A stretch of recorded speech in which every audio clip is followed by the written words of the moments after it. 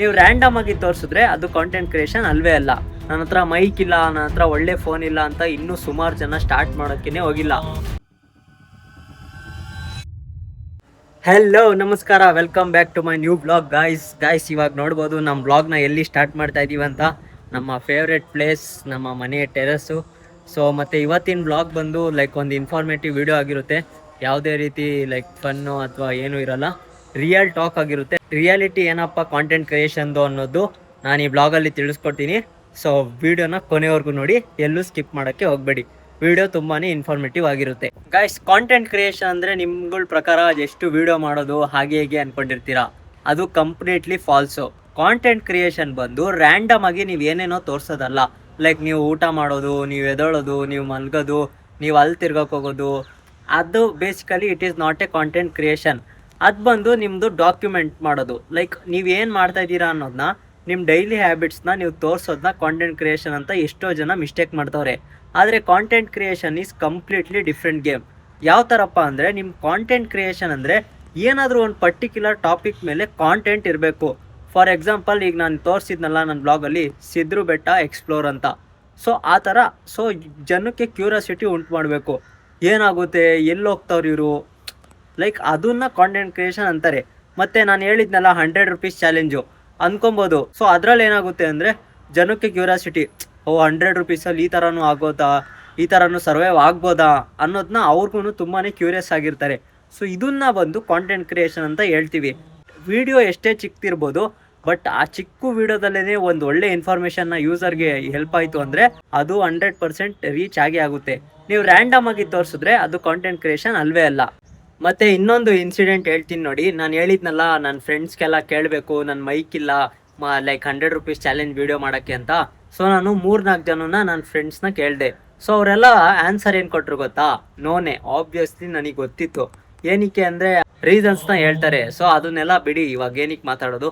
ಒಂದು ಟೈಮ್ ಬರುತ್ತೆ, ನಮ್ಮ ಚಾನಲೂ ಮಾನಿಟೈಸೇಷನ್ ಆಗುತ್ತೆ. ಸೊ ಅವಾಗ ದುಡ್ಡು ಬರೋಕ್ಕೆ ಸ್ಟಾರ್ಟ್ ಆದಮೇಲೆ ಸೊ ನನ್ನ ಕಾಂಟೆಂಟ್ನ ಅಪ್ಗ್ರೇಡ್ ಮಾಡ್ಕೊತೀನಿ. ನನ್ನ ಹತ್ರ ಮೈಕ್ ಇಲ್ಲ, ನನ್ನ ಹತ್ರ ಒಳ್ಳೆ ಫೋನ್ ಇಲ್ಲ ಅಂತ ಇನ್ನೂ ಸುಮಾರು ಜನ ಸ್ಟಾರ್ಟ್ ಮಾಡೋಕ್ಕೇ ಹೋಗಿಲ್ಲ.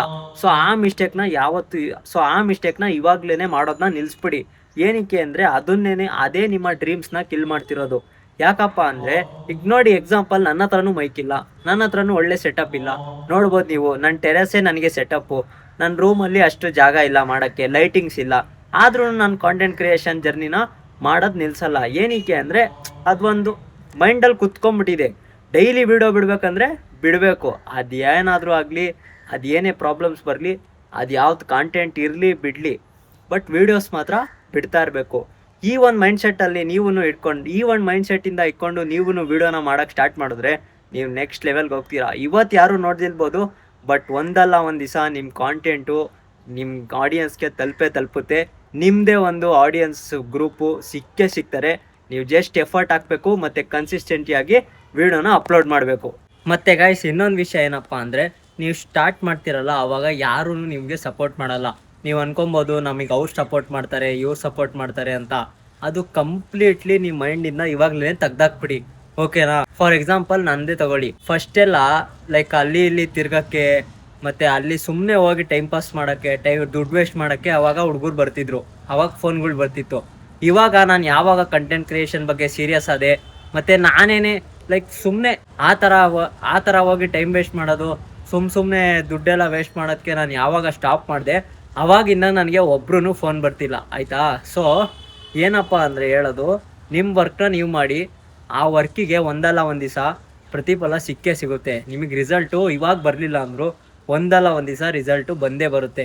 ನಾನೇನು ಹೇಳೋದಪ್ಪ ಅಂದರೆ, ನಿಮಗೆ ಎಷ್ಟಾಗುತ್ತೋ ಅಷ್ಟು ಬೇಗನೆ ನಿಮ್ಗೆ ಯಾವುದ್ರ ಮೇಲೆ ಟ್ಯಾಲೆಂಟ್ ಇದೆಯೋ ಅದನ್ನು ನೀವು ಮಾಡೋಕ್ಕೆ ಶುರು ಮಾಡಿಬಿಡಿ, ಓಕೆನಾ?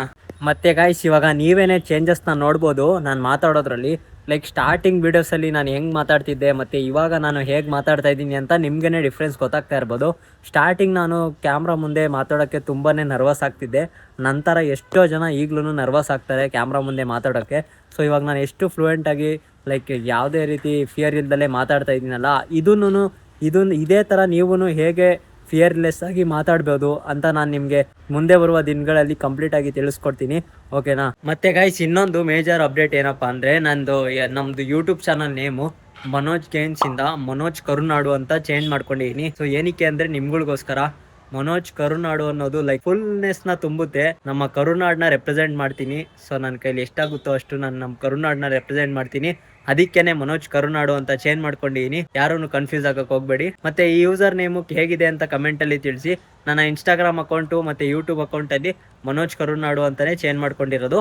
ಓಕೆ ಗಾಯ್ಸ್, ಫೈನಲಿ ನಂದೊಂದು ರಿಯಲ್ ಟಾಕ್ ನ ಇಲ್ಲಿಗೆನೆ ಮುಗಿಸ್ತಾ ಇದ್ದೀನಿ. ಯಾವುದೇ ರೀತಿ ತಲೆಗೆ ಶೂಟ್ ಹಾಕಕ್ಕೆ ಟ್ರೈ ಮಾಡಿಲ್ಲ ನಾನು. ಏನ್ ರಿಯಾಲಿಟಿ ಇದೆ ಅದನ್ನೇ ಹೇಳಿದೀನಿ. ನೀವು ಯಾವುದೇ ರೀತಿ ಯಾರ ಮೇಲೂ ಡಿಪೆಂಡ್ ಆಗಕ್ಕೆ ಹೋಗ್ಬೇಡಿ. ಯಾವ ಟೈಮ್ಗೂ ಕಾಯಕ್ಕೆ ಹೋಗ್ಬೇಡಿ. ಎಷ್ಟಾಗುತ್ತೋ ಅಷ್ಟು ಬೇಗನೆ ನಿಮ್ಮ ಒಂದು ಟ್ಯಾಲೆಂಟ್ನ ಶೋಕೇಶ್ ಮಾಡಿ. ಒಂದಲ್ಲ ಒಂದು ದಿವಸ ನಿಮಗೆ ರಿಸಲ್ಟ್ ಸಿಕ್ಕೇ ಸಿಗುತ್ತೆ. ಇಷ್ಟು ಹೇಳ್ತಾ ಈ ವಿಡಿಯೋನ ಇಲ್ಲಿಗೆ ಎಂಡ್ ಮಾಡ್ತೀನಿ.